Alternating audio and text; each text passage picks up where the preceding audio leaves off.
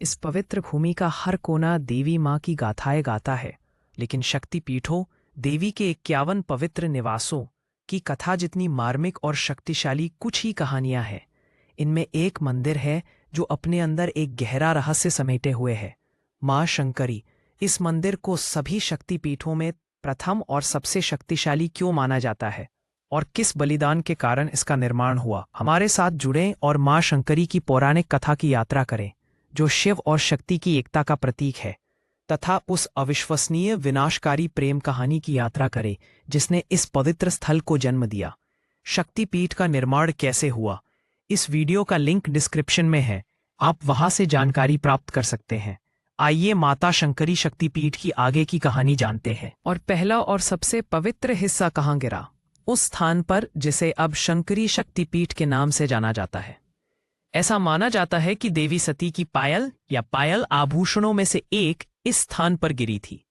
शंकरी शब्द शंकर भगवान शिव की पत्नी का प्रतीक है, जो दिव्य युगल के बीच मजबूत बंधन स्थापित करता है। मूल मंदिर, जिसे आज श्रीलंका में त्रिंकोमाली कंकेश्वरी मंदिर के नाम से जाना जाता है, एक भव्य संरचना थी।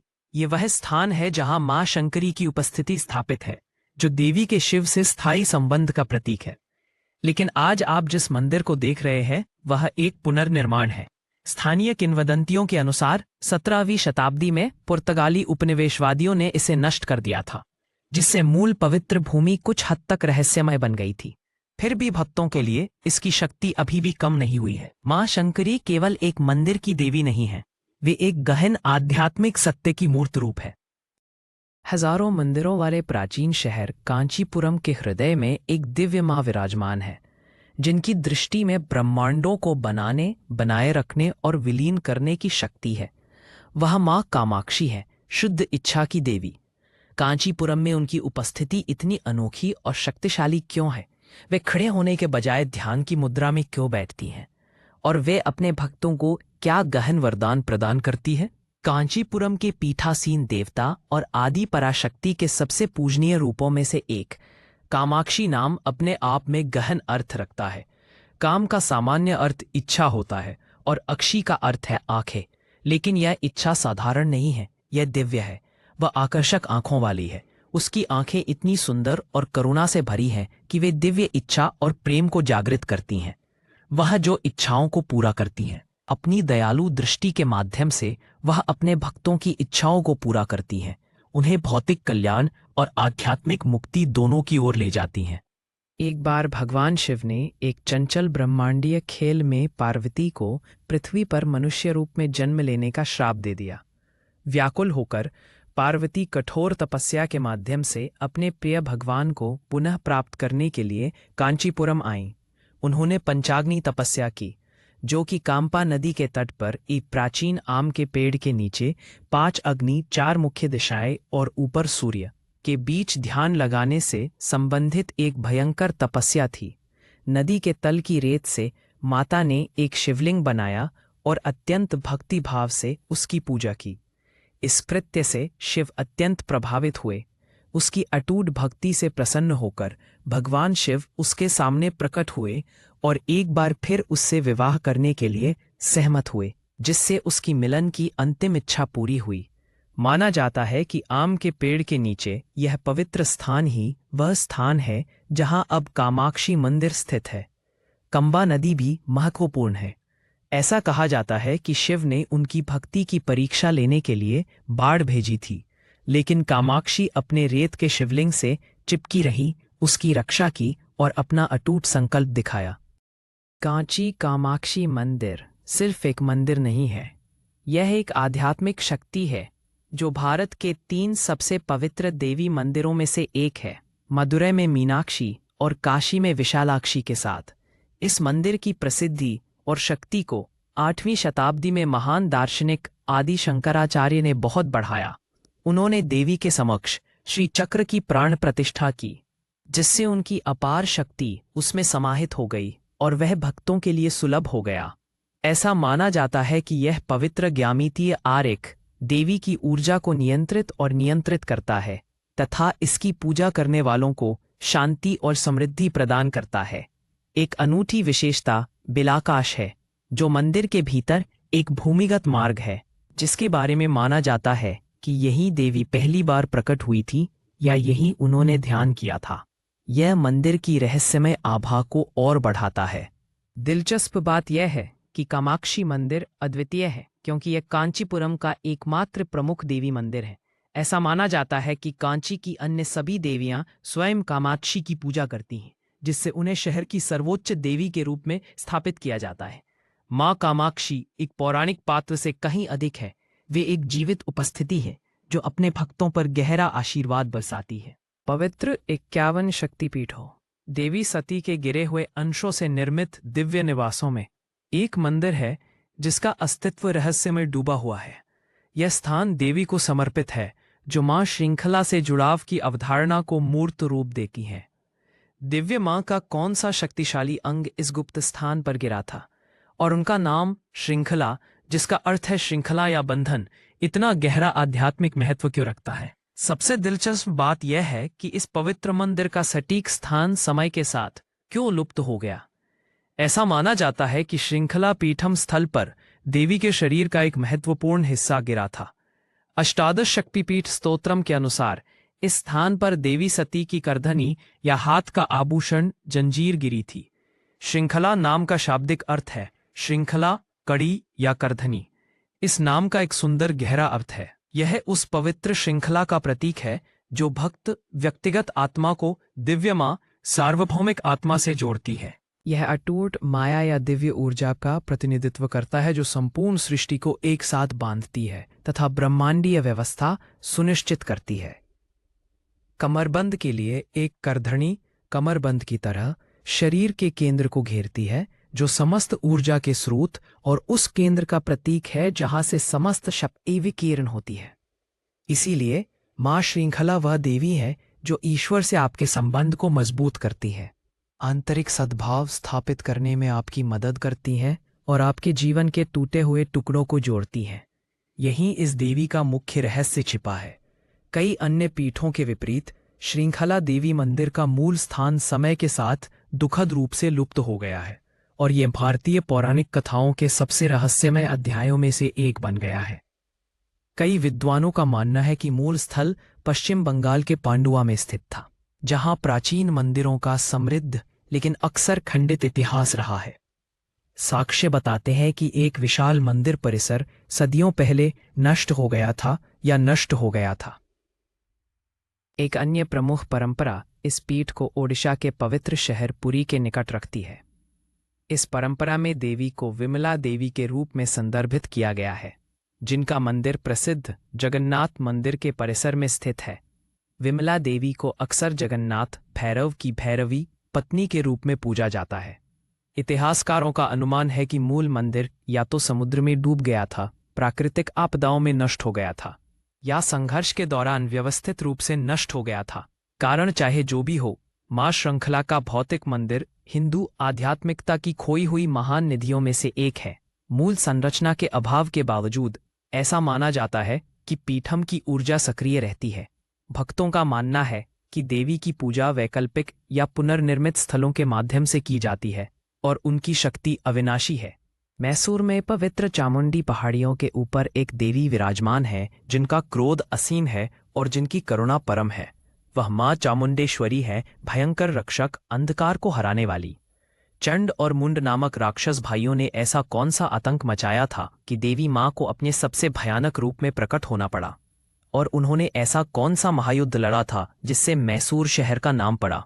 हमारी कहानी देवी महात्म्यम से ली गई है, जो दिव्य मां की महिमा का गान करने वाला पवित्र ग्रंथ है।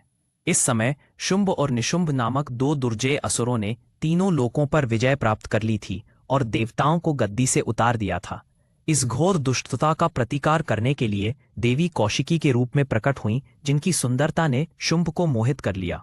जब उसने अपने सेनापतियों को उन्हें पकड़ने के लिए भेजा, तब असली युद्ध शुरू हुआ। शुंभ ने सबसे पहले अपने शक्तिशाली सेनापतियों चंड और मुंड को देवी को पकड़ने के लिए भेजा। जैसे ही वे देवी के पास पहुंचे, उनके अहंकार और दुर्भावना ने एक दिव्य प्रचंड क्रोध को प्रज्वलित कर दिया। जैसे ही देवी ने चंड और मुंड को देखा, उनका शांत मुख क्रोध से भर गया। उनके माथे से एक भयानक काला कंकाल जैसा रूप प्रकट हुआ। एक शुद्ध कच्ची विनाशकारी ऊर्जा वाली सत्ता, यही चामुंडा थी। चामुंडा भयानक थी। उसकी त्वचा काली थी, आंखें क्रोध से धसी हुई थीं, जीभ बाहर निकली हुई थी और उसने एक ऐसी भयानक दहाड़ लगाई जिससे आकाश हिल गया। यह भाला, कुल्हाड़ी और कपाल दंड से सुसज्जित थी, भयंकर वेग और शक्ति के साथ। चामुंडा ने राक्षसी सेना पर आक्रमण किया। उसने असुरों को पूरा का पूरा खा लिया, उनके सिरों को अपने पैरों तले कुचल दिया। उसकी प्यास दुष्टों के रक्त की थी। उन्होंने चंड राक्षस को उसके बालों से पकड़कर अपनी तलवार से उसका सिर काट डाला। फिर उन्होंने मुंड के साथ भी ऐसा ही किया। दोनों सेनापतियों के सिर अपने हाथों में लेकर उन्होंने उन्हें देवी कौशिकी के सामने प्रस्तुत किया। कौशिकी ने इस प्रचंड विजय से प्रसन्न होकर कहा, चूंकि तुमने भयानक राक्षसों चंड और मुंड का वध किया है, इसलिए तुम चामुंडा के नाम से पूरे संसार में प्रसिद्ध होगे। चामुंडा का स्वरूप भयावह होने के साथ साथ अहंकार और मोह मुंड के आंतरिक दानवों का नाश करने के लिए आवश्यक प्रचंड ऊर्जा का प्रतीक है। वह केवल संहार ही नहीं करती, बल्कि बुराई के बीज का समूल नाश करती है। जबकि चामुंडा प्रकरण उनके नाम को परिभाषित करता है, उनकी अन्य प्रमुख किंवदंती विशेष रूप से दक्षिण भारत में उन्हें भैंस दानव महिषासुर के विनाश से जोड़ती है। वह असुर राजा रंभ और एक भैंस महिषी का पुत्र था। इस संयोग के कारण महिषासुर आधा मनुष्य और आधा भैंसा था और मानव और भैंसे के रूप में रूप बदल सकता था। महिषासुर शब्द का अर्थ ही भैंसा दानव है। उसने सृष्टिकर्ता भगवान ब्रह्मा को प्रसन्न करने के लिए कठोर तपस्या की। ब्रह्मा ने पूर्ण अमरता देने से इनकार कर दिया, लेकिन महिषासुर ने चालाकी से वरदान मांगा कि कोई भी पुरुष या देवता उसे ना मार सके। यह मानते हुए कि एक स्त्री इतनी कमजोर होगी कि वह उसे खतरा नहीं बना सकती, उसने सोचा कि वह वास्तव में अजय है। वरदान प्राप्त करने के बाद उसके अहंकार की कोई सीमा नहीं रही। उसने अपनी सेना का नेतृत्व करते हुए तीनों लोकों पर आक्रमण किया। इंद्र के नेतृत्व में देवताओं को पराजित किया और उन्हें स्वर्ग इंद्रलोक से खदेड़ दिया और अपना शासन स्थापित किया। चूंकि कोई भी पुरुष उसे पराजित नहीं कर सकता था, इसलिए निराश देवताओं, जिनमें त्रिमूर्ति ब्रह्मा, विष्णु और शिव भी शामिल थे, ने अपनी दिव्य शक्तियों, तेज या शक्ति को मिलाकर एक अत्यंत शक्तिशाली योद्धा देवी दुर्गा की रचना की, जो वरदान की शर्त को पूरा करने में सक्षम एकमात्र योद्धा थी। उसने 9 दिनों तक दुर्गा से युद्ध किया, उन्हें भ्रमित करने और उन पर आक्रमण करने के लिए रूप, सिंह, हाथी, तलवारधारी मनुष्य और फिर भैंसे का रूप बदलता रहा। अंततः दुर्गा ने उसे नीचे गिरा दिया और अपने त्रिशूल से उसका वध कर दिया, जिससे उसे महिषासुरमर्दिनी की उपाधि मिली। जिस क्षेत्र में यही युद्ध हुआ था उसे महिषासुर के शहर महिषापुर के नाम से जाना जाता था। समय के साथ यह मैसूर के रूप में विकसित हुआ, जो इस बात की निरंतर याद दिलाता है कि यह शहर स्वयं उस भूमि पर स्थित है जहां देवी मां ने बुराई पर विजय प्राप्त की थी। आज चामुंडेश्वरी मंदिर मैसूर का आध्यात्मिक और सांस्कृतिक केंद्र है। अद्वितीय धूमधाम से मनाया जाने वाला महान दशहरा नवरात्रि उत्सव विशेष रूप से महिषासुर पर उनकी विजय का उत्सव है। तुंगभद्रा नदी के पवित्र तट पर प्राचीन शहर आलमपुर में, जिसे दक्षिण की काशी कहा जाता है, एक देवी विराजमान है जिनकी दृष्टि में जीवन, मृत्यु और योग के रहस्य छिपे हैं। वे हैं मां जोगुलांबा, योगिक ज्ञान की माता, जिनका मंदिर पुनर्जन्म के चक्र से परे जाने की चाह रखने वालों के लिए एक प्रकाश स्तंभ है। तुंगभद्रा और कृष्णा नदियों के पवित्र संगम पर देवी के शरीर का एक महत्वपूर्ण भाग गिरा था। ऐसा माना जाता है कि देवी सती का ऊपरी जबड़ा, या कुछ लोग कहते हैं कि दांतों की ऊपरी पंक्ति यहीं गिरा था। जोगुलांबा नाम योगुलम्मा या योगुलांबा से लिया गया है, जिसका अर्थ है योगियों की मां। मां जोगुलांबा को उग्र रूप, भयंकर रूप माना जाता है। उनकी छवि अद्वितीय रूप से शक्तिशाली है। उन्हें अक्सर बैठी हुई छिपकली, बिच्छू, खोपड़ी और कभी कभी सर्प से घिरी हुई दर्शाया जाता है। ये सभी भौतिक जगत और नश्वरता के प्रतीक हैं। उनका प्रचंड स्वभाव द्वेषपूर्ण नहीं, बल्कि परम धर्ममय है। वे वह शक्ति हैं जो मानव आत्मा को जन्म मृत्यु के चक्र में बांधने वाले आध्यात्मिक अज्ञान का निरंतर नाश करती हैं। वह नाथ और कौल योग परंपराओं की संरक्षक देवी है। वह परम शक्ति हैं जिसे योगी मोक्ष प्राप्ति के लिए अपने भीतर जागृत करने का प्रयास करते हैं। पीठ परंपरा के अनुसार उनके पति भगवान शिव के अवतार बाला ब्रह्मेश्वर है, जिनका मंदिर पास में ही स्थित है। जोगुलंबा मंदिर आलमपुर स्थित नव ब्रह्मा मंदिरों का मुकुटमणि है, जो इस स्थल को अपनी पवित्रता में अद्वितीय बनाता है। इस शहर को दक्षिण काशी के नाम से जाना जाता है, क्योंकि इसे आध्यात्मिक अनुष्ठानों के लिए काशी वाराणसी जितना ही पवित्र माना जाता है। सदियों पहले मूल मंदिर परिसर पर त्रासदी आई थी। दुर्भाग्य से आक्रमणकारियों ने इसे नष्ट कर दिया था। सदियों तक मां जोगुलंबा की मुख्य मूर्ति पास पे बाला ब्रह्मेश्वर मंदिर में सुरक्षित रखी गई थी। वर्ष 2005 तक एक भव्य नए मंदिर का निर्माण नहीं हुआ था और मां जोगुलंबा की प्रतिष्ठित मूर्ति को अंततः उनके अपने गर्भगृह में पुनः स्थापित किया गया, जो माता की ऊर्जा की उनके उचित स्थान पर ऐतिहासिक वापसी का प्रतीक था। नल्लामाला पहाड़ियों के घने प्राचीन जंगलों के भीतर, जहां भगवान शिव स्वयंभू ज्योतिर्लिंग के रूप में विराजमान है, दिव्य मां का पवित्र निवास है। वह मां भ्रमरंबा है, वह देवी जिनकी सेना मनुष्यों की नहीं बल्कि लाखों डंक मारने वाली मधुमक्खियों की है। कौन सा शक्तिशाली दानव इतना अहंकारी हो गया कि उसने देवी को ही चुनौती दे दी? कैसे सौम्य माता ने संसार को बचाने के लिए भिनभिनाते हुए क्रोध के झुंड में रूपांतरित हो गईं, और श्रीशैलम में उनका मंदिर मुक्ति चाहने वालों के लिए अंतिम गंतव्य क्यों माना जाता है? देवी के सभी प्रमुख पवित्र स्थलों की तरह भ्रमरंब मंदिर भी एक शक्तिपीठ है।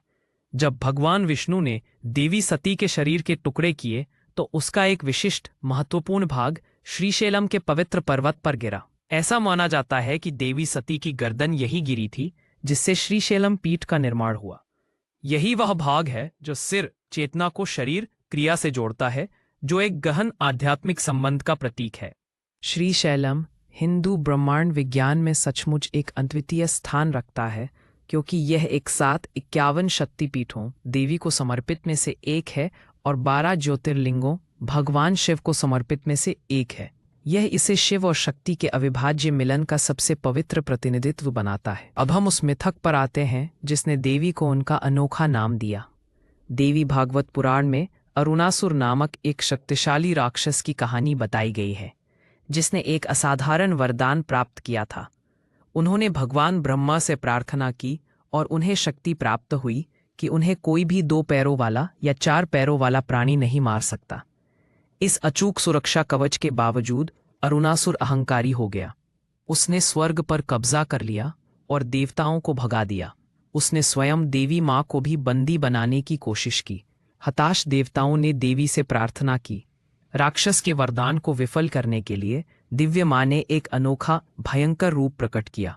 उन्होंने अपने चारों ओर ब्रह्मरों के एक विशाल भयानक झुंड को घेर लिया, विशाल डंक मारने वाली मधुमक्खियां। देवी ने राक्षस पर 6 पैरों वाले कीड़ों की यह सेना छोड़ दी। लाखों मधुमक्खियों ने अरुणासुर को तब तक डंक मारा जब तक वह पूरी तरह नष्ट नहीं हो गया। यह छोटे से दिखने वाले की शक्तिशाली पर विजय थी। भ्रमर का उपयोग करके राक्षस को नष्ट करने के बाद देवी ने शाश्वत नाम भ्रमरंभा या भ्रमरंबिका, मधुमक्खी भ्रमर की माता अंबा अर्जित किया। श्रीशैलम में मां भ्रमरंभा प्रसिद्ध ज्योतिर्लिंग मल्लिकार्जुन स्वामी की पत्नी के रूप में विराजमान है। उनके मंदिर अगल बगल स्थित हैं, जो उनके मिलन के गहन दार्शनिक सत्य पर बल देते हैं। यह द्विमंदिर अर्धनारीश्वर सिद्धांत का एक भौतिक प्रकटीकरण है। यह अवधारणा की शिव चेतना और शक्ति ऊर्जा दिव्य समग्रता के 2 अविभाज्य भाग हैं। आप एक को दूसरे के रूप में स्वीकार किए बिना पूरी तरह से अनुभव नहीं कर सकते। श्रीशैलम की तीर्थ यात्रा अत्यंत पवित्र मानी जाती है, क्योंकि इससे एक साथ शक्तिपीठ और ज्योतिर्लिंग दोनों के दर्शन का पुण्य प्राप्त होता है। ऐसा माना जाता है कि श्रीशैलम पर्वत की चोटियों के दर्शन मात्र से ही मोक्ष की प्राप्ति होती है। महाराष्ट्र के हृदय स्थल प्राचीन शहर कोल्हापुर में एक ऐसा मंदिर है जो अपार शक्ति और समृद्धि का प्रतीक है। यहाँ मां महालक्ष्मी विराजमान है, जो न केवल धन की देवी है बल्कि एक प्रचंड योद्धा, रक्षक और देवी मां के सबसे पूजनीय रूपों में से एक है। किस प्राचीन दुष्ट ने देवताओं के अस्तित्व को चुनौती देने का साहस किया, जिसके लिए मां महालक्ष्मी को एक शक्तिशाली योद्धा के रूप में अवतरित होना पड़ा, और उनके भीषण युद्ध ने इस शहर को अपना नाम कैसे दिया, जिससे वे समृद्धि और साहस दोनों के परम स्रोत के रूप में स्थापित हो गईं। कोल्हापुर के महालक्ष्मी मंदिर की पवित्रता शक्तिपीठों की सार्वभौमिक मिथक में निहित है। कोल्हापुर ऐसा ही एक शक्तिशाली स्थान है। ऐसा माना जाता है कि देवी सती के नेत्र कोल्हापुर में गिरे थे। ये नेत्र दिव्य माँ की दृष्टि, ज्ञान और सर्वदर्शी प्रकृति का प्रतीक है, जो इसे गहन आध्यात्मिक अंतर्दृष्टि और दूरदर्शिता का स्थल बनाते हैं। जबकि सती मिथक इस पीठ की उत्पत्ति की व्याख्या करता है। यहाँ देवी का महालक्ष्मी के रूप में विशिष्ट प्रकटीकरण ब्रह्मांडीय युद्धों की एक अलग समान रूप से शक्तिशाली कथा से जुड़ता है। अब हमारी कहानी राक्षस कोल्हासुर की ओर मुड़ती है, एक दुर्जय असुर जिसने घोर तपस्या से अपार शक्ति प्राप्त कर ली थी। वह अत्यंत अहंकारी हो गया था और देवताओं और मनुष्यों दोनों को आतंकित करने लगा था। उसने देवताओं को उनके निवासों से भगा दिया, पवित्र भूमियों को अपवित्र कर दिया और संसार में अराजकता फैला दी। उसकी शक्ति के आगे असहाय देवताओं ने शरण ली और दिव्य माँ से प्रार्थना की। उनकी उत्कट प्रार्थनाओं का उत्तर पाकर 1000 सूर्यों से प्रकाशित महालक्ष्मी उस क्षेत्र में अवतरित हुईं। वे न केवल सौम्य समृद्धि की देवी थी, बल्कि सभी देवताओं द्वारा प्रदत्त दिव्य अस्त्रों से सुसज्जित एक प्रचंड योद्धा भी थीं। महालक्ष्मी और कोल्हासुर के बीच एक भयंकर और लंबा युद्ध हुआ। इस संघर्ष ने धरती और आकाश की नींव हिला दी। कोल्हासुर अपने वरदानों के बावजूद देवी के दैवीय क्रोध का सामना नहीं कर सका। अंततः मां महालक्ष्मी ने कोल्हासुर को नीचे गिराकर उसका वध कर दिया। मरते समय राक्षस ने क्षमा मांगी और वरदान मांगा कि जिस स्थान पर उसका वध हुआ था उसका नाम उसके नाम पर रखा जाए। उसकी इच्छा पूरी करते हुए देवी ने घोषणा की कि यह शहर हमेशा के लिए कोल्हापुर के नाम से जाना जाएगा। इस विजय ने मां महालक्ष्मी को न केवल धन संपत्ति की प्रदाता के रूप में स्थापित किया, बल्कि धर्म की रक्षक, बुराई का नाश करने वाली और अपार साहस की स्रोत के रूप में भी स्थापित किया। कोल्हापुर स्थित श्री महालक्ष्मी मंदिर एक वास्तुशिल्प चमत्कार और भक्ति का जीवंत केंद्र है, जिसका इतिहास सदियों पुराना है। यह हेमाडपंथी शैली में निर्मित है और उत्कृष्ट शिल्पकला का प्रदर्शन करता है।